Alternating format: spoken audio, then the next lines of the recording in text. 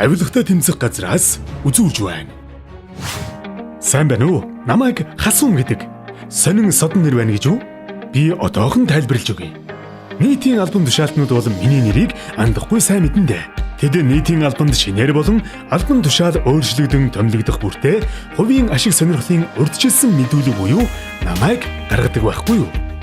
2012 оноос өмнө нийгэмд төрийн албан тушаалд орж ажиллах гэж буй хэн боловч хувийн ашиг сонирхлынхон талаар мэдэгдэж тайлбарладаг хууль эрхцэн орчин байгаагүй юм.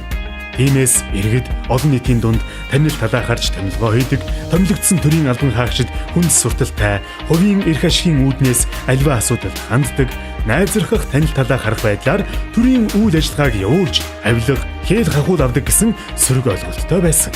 Харин 2012 онд Монгол Улсын их хурлаас нийтийн албанд нийтийн болон хувийн ашиг сонирхлыг зохицуулах, ашиг сонирхлын зөрчлөөс урьдчилан сэргийлэх тухай хуулийг баталснаар нийтийн албанд хэнийг томилох, нийтийн албан тушаалтны албан үүрэгтэй зөрчилдсөн хувийн сонирхлыг хэрхэн хориглох, сонирхлын зөрчилтэй нөхцөл байдалд хэрхэн ажиллах талаар зохицуулж өгсөн юм. Энэ хууль батлагдсанаар авилга ашиг сонирхлын зөрчлөөс сэргийлэх үүрэгтэй Хасуун би мэндэлсэн юм да. Тэгэхээр би бол сэрүүлэг.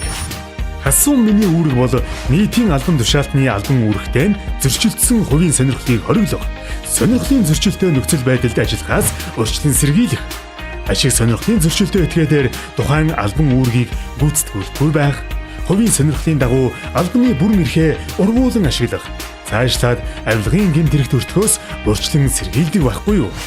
Хуулийн дагуу нийтийн албанд томилогдохоор нэр дэвшсэн этгээдийн хувийн ашиг сонирхлын урьдчилсан мэдүүлгийн шийдвэрлэлтийн байдлыг захин мэдээллийн сүлжээнд байршуулснаар олон нийтийг мэдээлэлээр хангахаас гадна ашиг сонирхлын зөрчлөөс урьдчилан сэргийлэх, авилгатай тэмцэх үйл ажиллагаанд олон нийтийн хяналт оролцоог нэмэгдүүлсэн давхар ач холбогдолтой юм.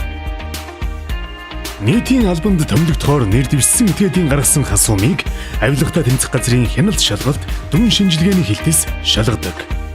Тэдний хувийн ашиг сонирхлын урьдчилсан мэдээллийн шалгалтын үр дүнг сүүлийн жилүүдэд засгийн газар бүрэлдэх томилгооны зарим жишээнээс харж болно. Тодорхойлбол гадаад харилцааны, хүнс хөдөө аж ахуй, хөнгөн үйлдвэрийн, барилга хот байгуулалтын, эрчим хүчний сайд болон эрүүл мэндийн дэд сайдад томилогдохоор нэр дэвшигчдийг мөн төрийн орон сууцны корпорац, иргэний нисхийн ерөнхий газрын удирдлага, Сүхбаатар аймгийн засаг даргаар томилогдохоор нэр дэвшигчдийн хувийн ашиг сонирхлын урьдчилсан мэдүүлгийг авилгатай тэмцэх газраас хянан үзээд тухайн албан тушаалд томилоход илт ашиг сонирхлын зөрчил үүсэх нөхцөл байдлыг тогтоож тэдгээрийг томилох эрх бүхий албан тушаалтанд мэдэгдэж томилгоог нь зогсоож байсан юм. Тэр хараа биз та нар. Хасуун миний тусламжтайгаар дээр нэрлсэн олон хүнийг тухайн албан тушаалтанд томилоход ашиг сонирхлын зөрчил үүсхийг нь урьдчилан мэдэн сэргийлж чадсан байна шүү дээ. Энэ мэдээр хяналт шалгалтаар нийтийн албан тушаалд нэр дэвшсэн этгээд нь ажлын байранд тавигдах шаардлага шалгуур үзүүлэлтийг хангахгүй байх, засгийн газар шинээр байгуулагдах, байгууллагын удирдлага, томилох эрх бүхий албан тушаалтан өөрчлөгдөх бүрд баг бүрдүүлэх нэрийтлэр төрийн жинхэнэ албан тушаалтныг шилжүүлэх, чөлөөлөхтэй холбоотой ашиг сонирхол бүхий хууль бус нөлөөлөл нэмэгдэж ажлаа мэддэг.